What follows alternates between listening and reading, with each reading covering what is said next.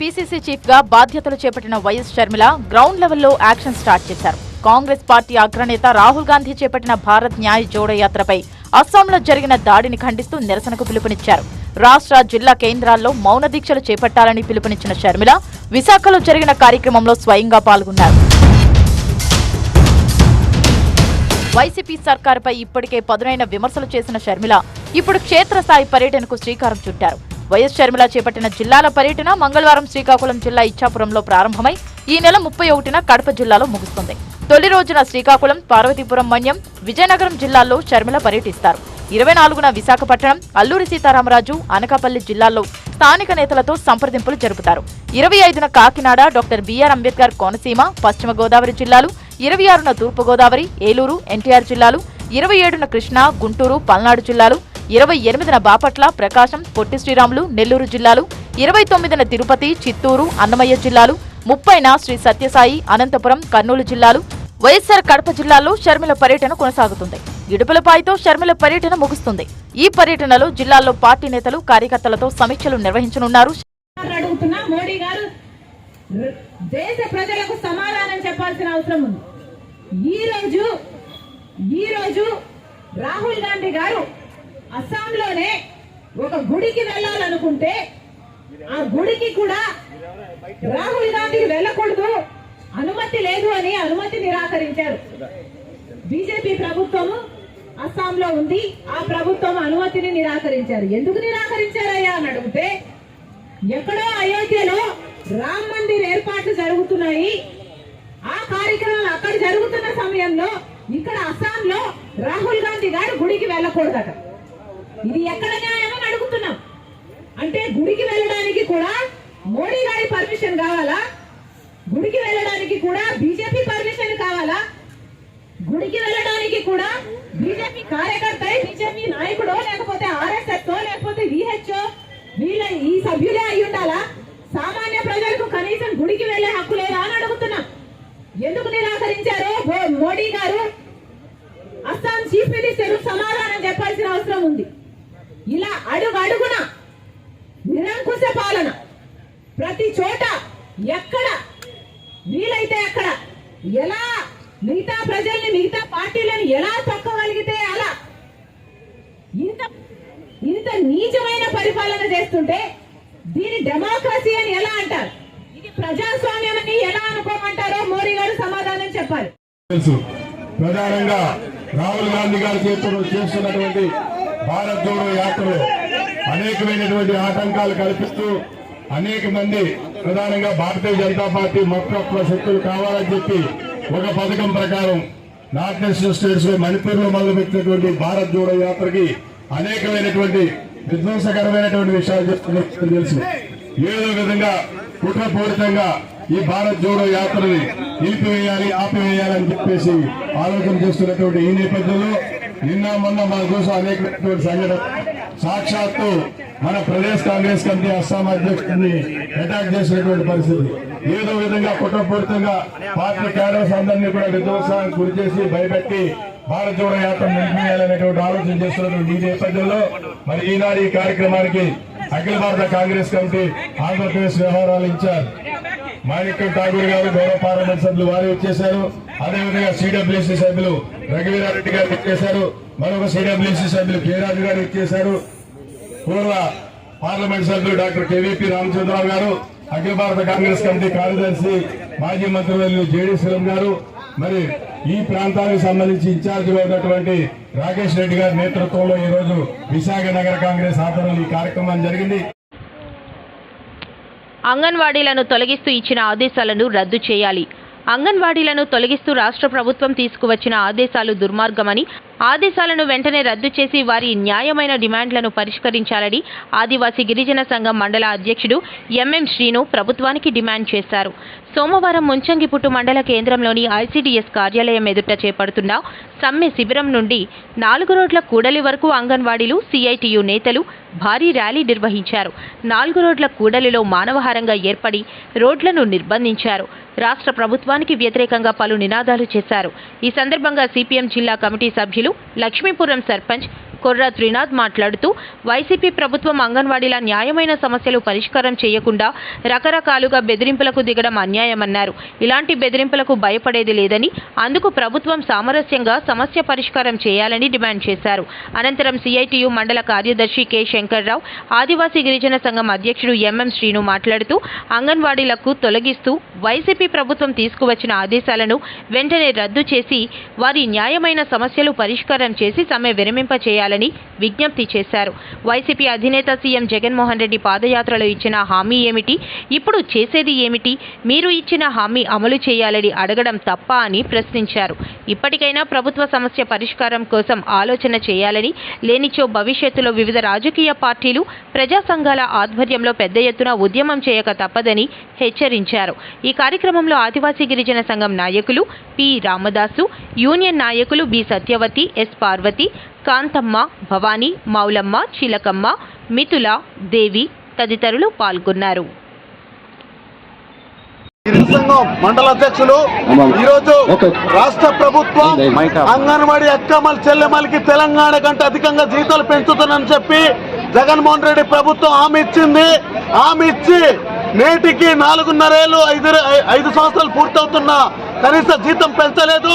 అంగన్వాడీ అక్కమ్మల చెల్లెమ్మలు 42 రోజుల నుండి సమ్మె చేస్తున్నా ₹1 పెంచకుండా అంగన్వాడీ అక్కమ్మల చెల్లెమ్మలు రాజ్యాంగబద్ధంగా న్యాయబద్ధంగా సమ్మె చేస్తూ ఉంటే వారికి మా ప్రభుత్వం మాట వినట్లేదు, నోటీసులు తీసుకోవట్లేదు. కాబట్టి మీకు టర్మినెంటల్ నోటీస్ ఇచ్చి తొలగిస్తున్నాం, మీ అంగన్వాడీలందరికీ తొలగిస్తామని చెప్పి రాష్ట్ర ముఖ్యమంత్రి చీఫ్ సెక్రటరీ జవహర్ రెడ్డి ద్వారా నోటీసులు ఇష్యూ చేసి కలెక్టర్ల ద్వారా అన్ని సిడిపిఓల ద్వారా అంగన్వాడీ అక్కమ్మల చెల్లెమ్మలకి, అంగన్వాడీ కార్యకర్తలకి తొలగిస్తున్నామని చెప్పినటువంటి ఉత్తర్వులు ఏవైతే ఉందో అది తక్షణమే రద్దు చేయాలి.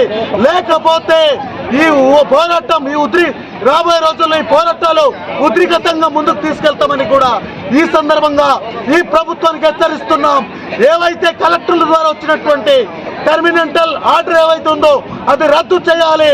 అంగన్వాడీ అక్కమ్మల చెల్లెమ్మలన్నావు, వారికి జీతాలు పెంచేదాకా ఈ పోరాటం ఆగదు. ఖచ్చితంగా నువ్వు ఇదే పోరాటం మీద స్పందించకపోతే రేపు ఖచ్చితంగా న్యాయ పోరాటంతో పాటు ప్రజా పోరాటం చేస్తాం.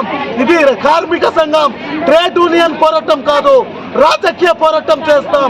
ఖచ్చితంగా నువ్వు ఇలాగే వ్యవహరిస్తే psycho Jagan, Sajjala Ramakrishna Reddy, chief secretary వీళ్ళందరూ కూడా కలిసి ఇచ్చినటువంటి ఏవైతే అంగన్వాడీలను తొలగిస్తున్నామని ఉత్తర్వులు ఉందో అది రద్దు చేయాలని చెప్పి మేము ఈ మీడియా ద్వారా పదే తెలియజేస్తున్నాం. విశాఖ జిల్లా పశ్చిమ నియోజకవర్గం శ్రీహరిపురం తెలుగుదేశం పార్టీ జాతీయ అధ్యక్షులు నారా చంద్రబాబు నాయుడు ఆదేశాల మేరకు ఎమ్మెల్యే గణబాబు సూచనలతో జయహో బీసీ కార్యక్రమం విశాఖ జిల్లా కళింగ వైశ్య తెలుగుదేశం పార్లమెంటరీ కన్వీనర్ కోరాడ శ్రీనివాసరావు ఆధ్వర్యంలో జరిగినది. కార్యక్రమంలో ముఖ్య అతిథిగా ఎమ్మెల్యే గణబాబు పాల్గొన్నారు.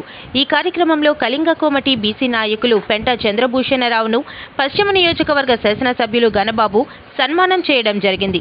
కోరాడ శ్రీనివాసరావు మాట్లాడుతూ వెనుకబడిన వర్గాలను ముందుకు తీసుకొచ్చింది నందమూరి తారక రామారావు అని కొనియాడారు. అప్పట్లో బీసీలకి 20% రిజర్వేషన్ కల్పించారు. మాజీ ముఖ్యమంత్రి చంద్రబాబు నాయుడు దాన్ని 34% చేశారు. బీసీలను ఆర్థికంగా పైకి తీసుకురావడానికి కృషి చేశామని, ఆదాయం పెంచే మార్గాలను చంద్రబాబు నాయుడు సూచించినట్లు పేర్కొన్నారు. ఆదరణ కార్యక్రమంలో బీసీలను 90% సబ్సిడీతో ఆధునిక పనిముట్లు అందించినట్లు మాజీ ముఖ్యమంత్రి చంద్రబాబు నాయుడు అని కోరాడ శ్రీనివాసరావు తెలిపారు. 4 ఏళ్లలో బీసీలకు ₹1 అయినా జగన్ ఇచ్చారా అంటూ ప్రశ్నించారు. గతంలో ఉన్న 34% ఇప్పుడు 24% చేసి బీసీలకు నడ్డి విరిచారు. కార్పొరేషన్లు పెట్టినా అందులో నిధులు లేకపోతే ఏం లాభమని నిలదీశారు. ఈ కార్యక్రమంలో రాష్ట్ర, జిల్లా పారిశ్రామిక ప్రాంత బీసీ నాయకులు పాల్గొన్నారు. మన పారిశ్రామిక ప్రాంతంలో ఉన్నటువంటి బీసీ సంఘ అధ్యక్ష కార్యదర్శులకు మరియు కార్యవర్గ సభ్యులకు, ఈ కార్యక్రమానికి విచ్చేసినటువంటి మన కుటుంబ సభ్యులకు మరియు ఈ వేదికపైనటువంటి పెద్దలు, బీసీ నాయకులు, జిల్లా నాయకులు, రాష్ట్ర నాయకులు, వార్డు నాయకులకు అందరికీ పేరు పేరున నా హృదయపూర్వక నమస్సుమాంజలు. చాలా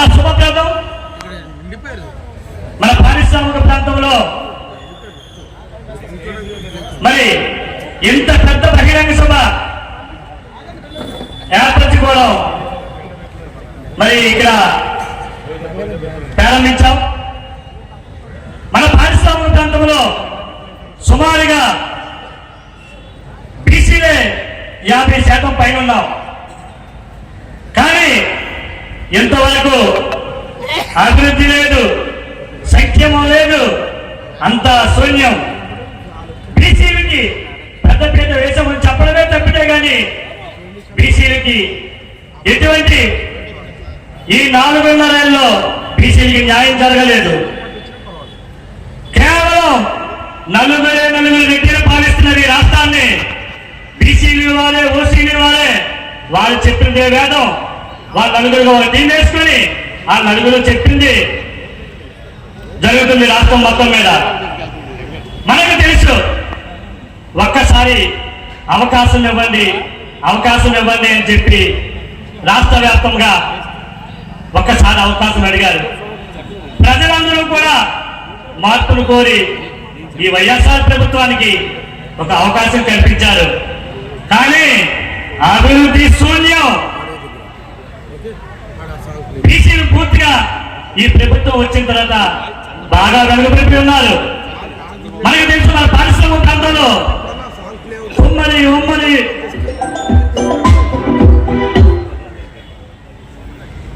నాయి బ్రాహ్మణ, రజిక, అగ్నిగోత్రయ్య, ఇలా చాలా మంది బీసీ కులాలు, వడ్రంగి, చేనేతకారులు చాలా మంది మన పారిశ్రామిక ప్రాంతంలో ఉన్నారు.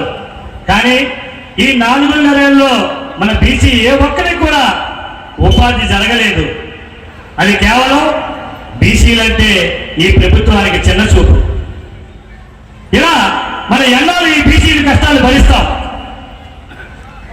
4 సంవత్సరాలుగా ఈ ప్రభుత్వం పెడుతుంటే వివిధ రకాలుగా ఒక పక్క చెప్పుకుంటే రాష్ట్రంలో రేట్లు పెరిగాయి, కార్మికుల సంపద పెరగలేదు. చాలా మంది ఇప్పుడు మొన్నే ఈ మధ్యనే పండుగ జరిగింది.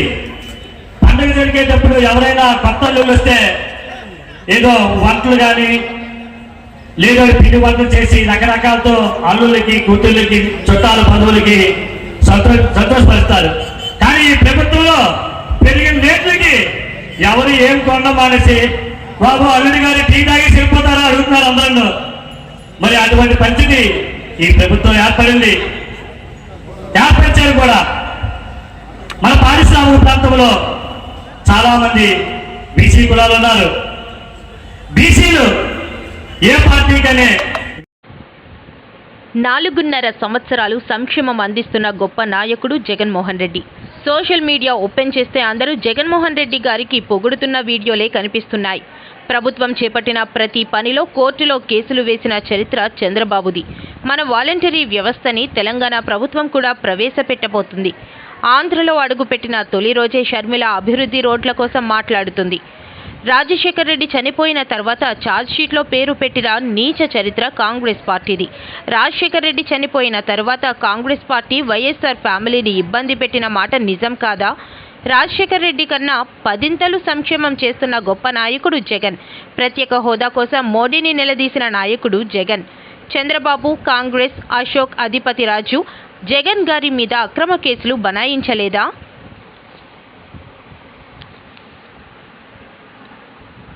జగన్మోహన్ రెడ్డి గారి దగ్గర డబ్బులు తీసుకోవడానికి ఎవరు కూడా అభిమానం పడట్లేదు. అంటే అది ఉచితంగా వస్తుంది, నేను తీసుకుంటున్నాననే అభిమానం పడట్లేదు. ఒక కొడుకు బిడ్డకి ఇస్తున్నట్టుగా, తల్లికి ఇస్తున్నట్టుగా ఫీల్ అవుతున్నారు. సో ఈ పరిణామాలన్నీ కూడా ఆంధ్ర రాష్ట్రంలో ఉన్న ప్రజలు కూడా గమనిస్తున్నారు. అండ్ మోరోవర్ ఇంకొకటి ఏంటంటే, రాజశేఖర్ రెడ్డి గారు సంక్షేమం, అభివృద్ధి 2 పదాలుగా అడుగులేసుకుంటూ వెళ్ళినప్పుడు, మన స్టేట్ విభజించినప్పుడు మనం జగన్మోహన్ రెడ్డి గారు అధికారంలోకి వచ్చేసరికి 100 కోట్లతోటి ఆయన అధికారాన్ని చేపట్టిన సంగతి ప్రతి ఒక్కరికి తెలిసిందే. అనుభవం ఉన్న చంద్రబాబు నాయుడు అని చెప్పిన చంద్రబాబు నాయుడు కూడా, మరి 14 సంవత్సరాల పరిపాలన అందించిన చంద్రబాబు నాయుడు కూడా ఖజానాకి 100 కోట్లతోటే ఇచ్చి, మరి తాను అధికారంలోకి రానని అప్పుడే ఫిక్స్ అయ్యారో తెలియదు, ఖజానాని 100 కోట్ల వరకు ఖాళీ చేసి వెళ్ళిన పరిస్థితి కూడా ఆంధ్ర రాష్ట్ర ప్రజలంతా చూశారు. ఈ గడిచిన 4.5 సంవత్సరాల కాలంలో కరోనా విపత్కర పరిస్థితులను ఎదుర్కొంటూ ఒక పక్కన అతను చేసే జగన్మోహన్ రెడ్డి గారు చేసే ప్రతి ఒక్క సంక్షేమంలోని కూడా ప్రతిపక్షంగా ఉన్న చంద్రబాబు నాయుడు కోర్టులకు వెళ్ళి ప్రతి ఒక్క పథకాన్ని తూట్లు పొడవాలనే ఆలోచనలో ఉండి ఎన్ని కోర్టుల కేసులు వేసినా కూడా ప్రతి ఒక్క దాంట్లోని కూడా జగన్మోహన్ రెడ్డి గారు ఢీకొని ఈ రోజున 32 లక్షల ఇళ్ల పట్టాలు అయితే కానివ్వండి, సంక్షేమం అయితే కానివ్వండి, ప్రతి ఒక్కరికి అందించిన వ్యయం చూస్తే ఇతర రాష్ట్రాలు కూడా జగన్మోహన్ రెడ్డి గారిని అనుసరించే తీరులో అది వాలంటీర్ వ్యవస్థ అని చెప్పి చంద్రబాబు నాయుడు మాట్లాడారు. అలాంటి వాలంటీర్ వ్యవస్థను కూడా ఈ రోజున పక్క రాష్ట్రంలో మన తెలుగు రాష్ట్రమైన రేవంత్ రెడ్డి కూడా ఒక 80,000 మందితోటి వాలంటీర్ వ్యవస్థను స్టార్ట్ చేస్తానంటే దేశానికే ఆదర్శంగా జగన్మోహన్ రెడ్డి గారు పరిపాలన చేస్తుంటే మా జగన్మోహన్ రెడ్డి గారిని వేలెత్తి మాట్లాడటానికి ఏ ఒక్కరూ కూడా సరిరారు, సరితూగరని మేము ఈ విధంగా చెప్పాలని అనుకుంటున్నాము. ఏదైతే నిన్న పార్టీ పగ్గాలు అందుకున్న షర్మిల గారు జగన్మోహన్ రెడ్డి గారి పరిపాలన గురించి మాట్లాడుతుంటే, రోడ్ల గురించి మాట్లాడుతుంటే, ప్రత్యేక హోదా గురించి మాట్లాడుతుంటే, పోలవరం గురించి మాట్లాడుతుంటే, అసలు అడుగు పెట్టిన రోజునే ఇన్ని అంశాల గురించి మాట్లాడినప్పుడు ఆ అంశాలలో గడిచిన 4.5 సంవత్సరాల్లో 2 సంవత్సరాలు కరోనాతోటే పోయింది. 2.5 సంవత్సరాల్లో ఎన్ని కంపెనీలు వచ్చినాయి, ఎంత అభివృద్ధి జరిగింది, అంతకు ముందర ప్రభుత్వంలో ఎన్ని రోడ్లు వేశారు, ఇప్పుడు ఉన్న రోడ్లు ఏంటి, ఇంత జరిగిన తర్వాత కూడా ఏమీ చేయలేదని చెప్పడం అనేది నిజంగా కూడా హర్షణీయం కాదు. అండ్ మోరోవర్ ఏదైతే కాంగ్రెస్ పార్టీ ఆ రోజు రాజశేఖర రెడ్డి గారి మరణానంతరం ఒక ఛార్జ్ షీట్ వేసి ఆయన్ని ఒక భూతద్దంలో చూపెట్టే ప్రయత్నం చేసిన కాంగ్రెస్ పార్టీ గురించి ఈరోజు షర్మిలమ్మ గారు వత్తాసు పలకటం అనేది మేమెవ్వరం కూడా ఆమెకి మేము మేము తెలియజేయాలని చెప్పి ఈరోజు మాట్లాడటం జరుగుతుంది. అది హర్షణీయం కాదు. ఎందుకంటే మీ కుటుంబాన్ని రాజశేఖర రెడ్డి గారి మరణానంతరం మీ ఇంట్లో ఉన్నవారు బయటికి వచ్చి